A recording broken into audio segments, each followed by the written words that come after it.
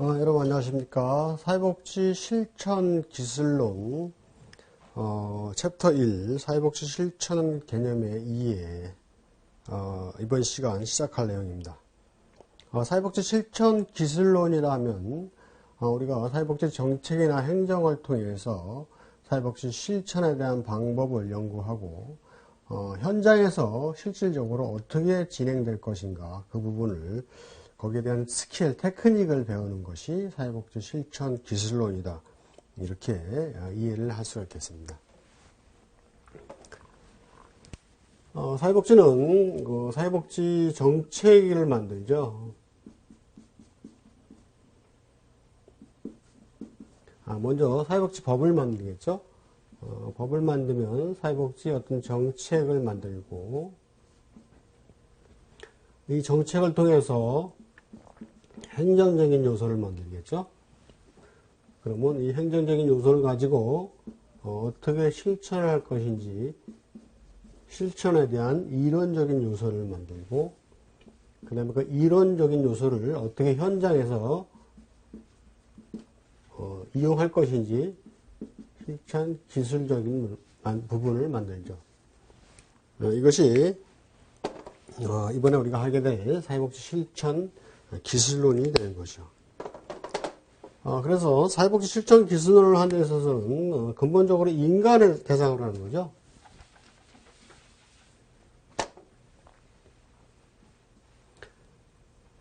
인간은 모두 어떤 욕구를 가지고 있죠. 또 인간의 욕구와 우리가 같이 살아나가는 사회에 어떤 문제가 있겠죠. 이런 것을 어떻게 해요? 함께 사회적 연대 원리로 해결하는 것이다. 이것이 이제 궁극적인 목적이죠. 이런 목적을 달성하기 위해서 뭘 하는 것이죠? 사회복지 실천을 하는 거죠.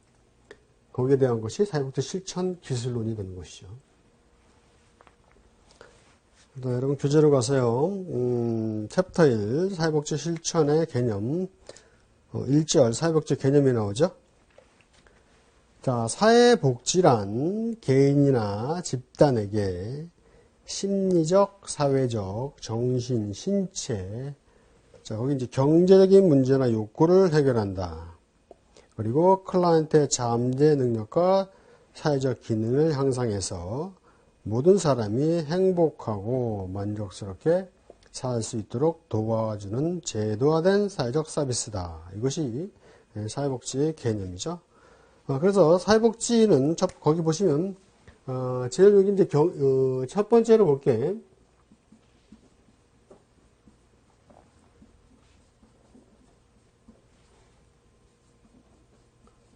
경제적인 문제나 요구가 나오죠. 그 다음 두 번째 뭐죠? 클라이언트의 잠재 능력.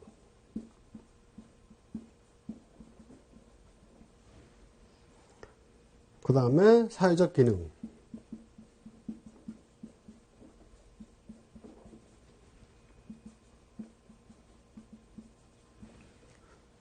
이거죠. 이런 부분을 해결하고 도와주는 제도화된 사회적 서비스도 어떤 걸로? 사회적 실천 기술을 가지고 그렇게 되죠.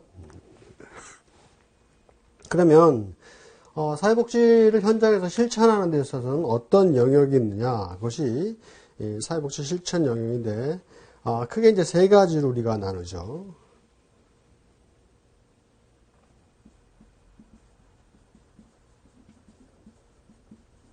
실천 영역의 세 가지는 첫 번째가 개별 사회 사업이고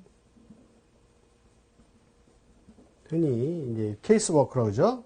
그 다음에 집단 사회 사업이 있고 그 다음에 세 번째가 뭐죠? 지역 사회 조직이 있죠.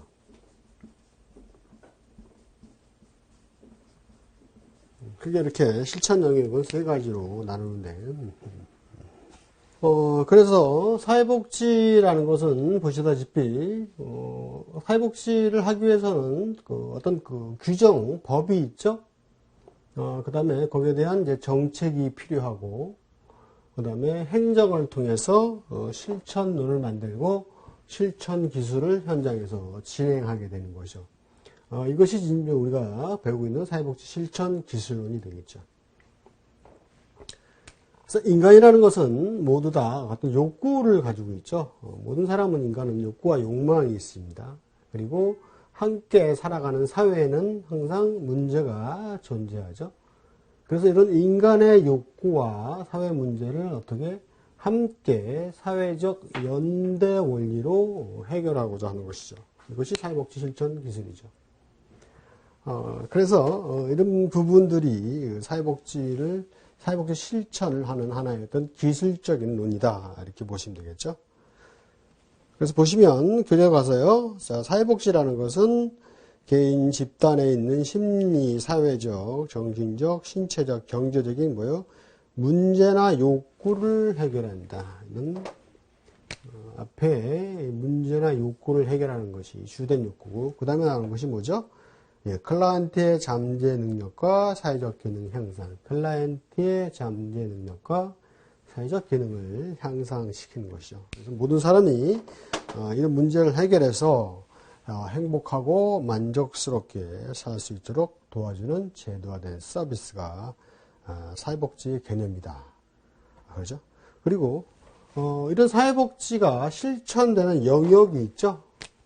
크게 이제 세 가지로 나눠볼 수가 있는데, 첫 번째가 개별사회사업, 집단사회사업, 지역사회 조직, 이렇게 우리가 세 가지로 나눠보고 있습니다.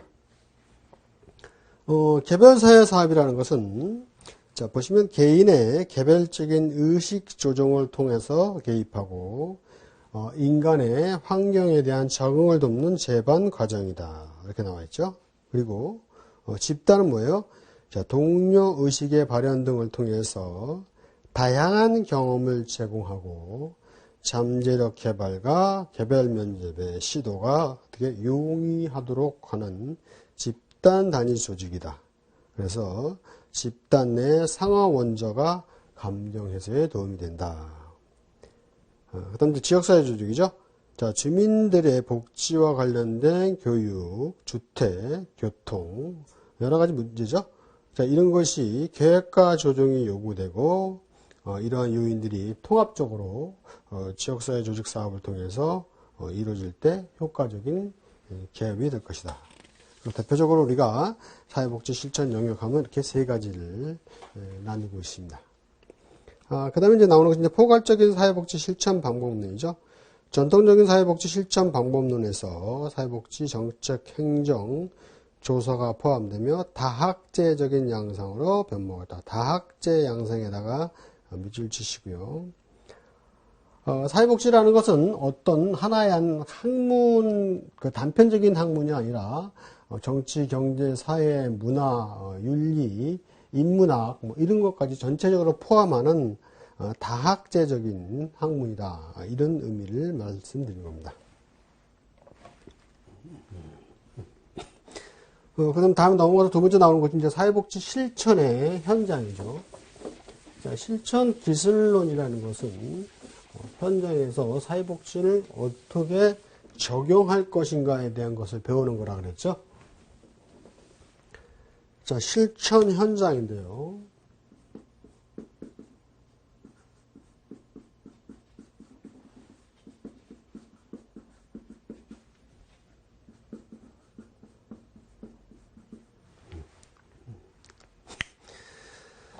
자, 거기 이제 현장에 대한 이해를 보면 클라이언트에 대한 이해로 클라이언트의 문제는 그가 처한 환경과 밀접한 관계가 있다. 그래서 클라이언트를 이해하려면 그 대상이 처한 실천 현장에 대한 이해가 필요하다.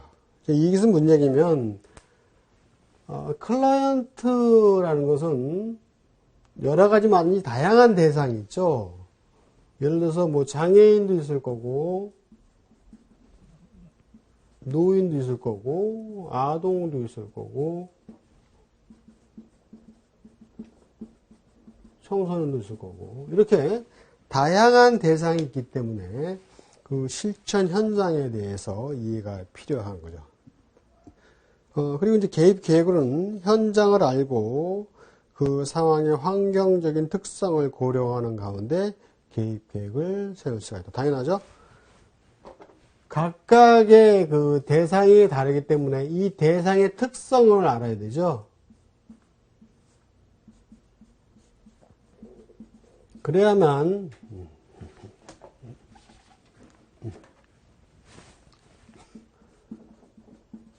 사정을 통해서 계획을 세울 수가 있겠죠.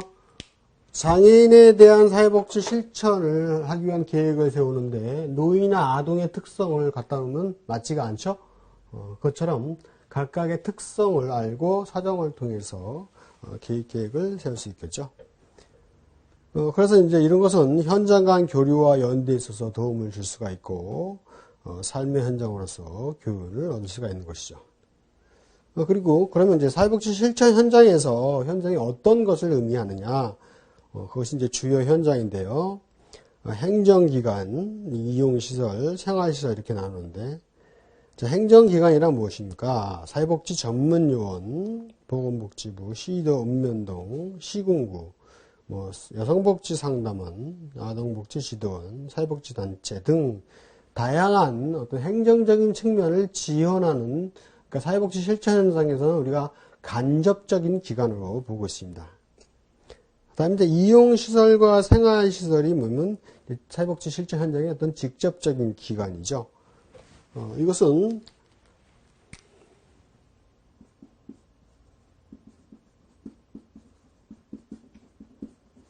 실천 현장에서는 지금 보시다시피 행정기관이 있다 그랬죠.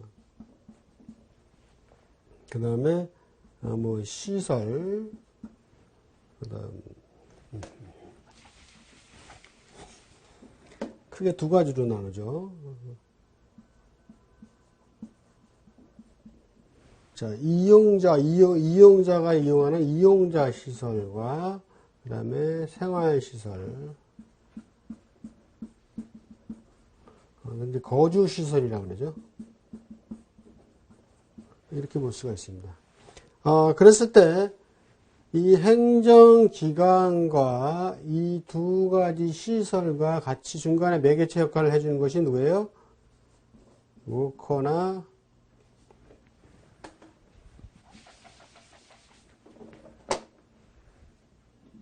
일선 기관 사회복지사가 되겠죠.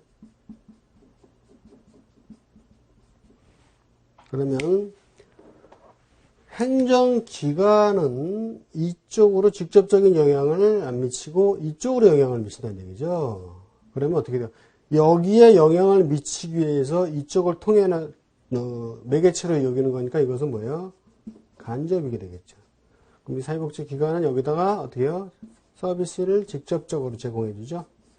직접 서비스를